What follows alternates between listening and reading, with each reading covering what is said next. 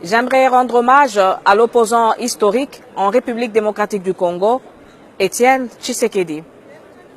Dans ce moment de deuil, nous devons honorer sa mémoire en défendant les principes démocratiques. Étienne Tshisekedi s'est battu toute sa vie contre le pouvoir dictatorial en portant un projet de société alternatif.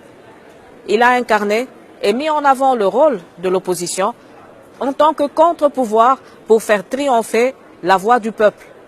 J'appelle les Congolaises et les Congolais à lui rendre hommage pacifiquement, selon le principe de la non-violence qui a caractérisé sa lutte. Aujourd'hui, 2 février, nous venons de voter au Parlement européen une résolution sur la crise démocratique en République démocratique du Congo, dans laquelle nous demandons que les élections soient maintenant organisées dans les plus brefs délais et avant la fin de l'année 2017, pour qu'enfin le président Joseph Kabila quitte le pouvoir et le cède pacifiquement aux nouvelles autorités démocratiquement élues.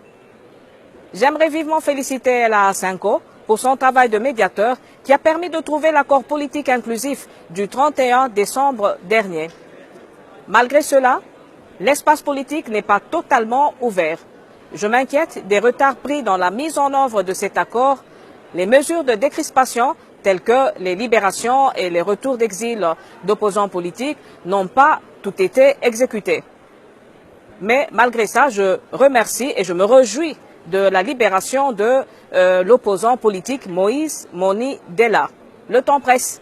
Ces retards sont inacceptables pour un pays qui vit au ralenti, pris en otage par la crise politique, et ces retards sont dus aux manœuvres des partisans du président Kabila qui veulent gagner du temps et rendre les élections irréalisables en 2017.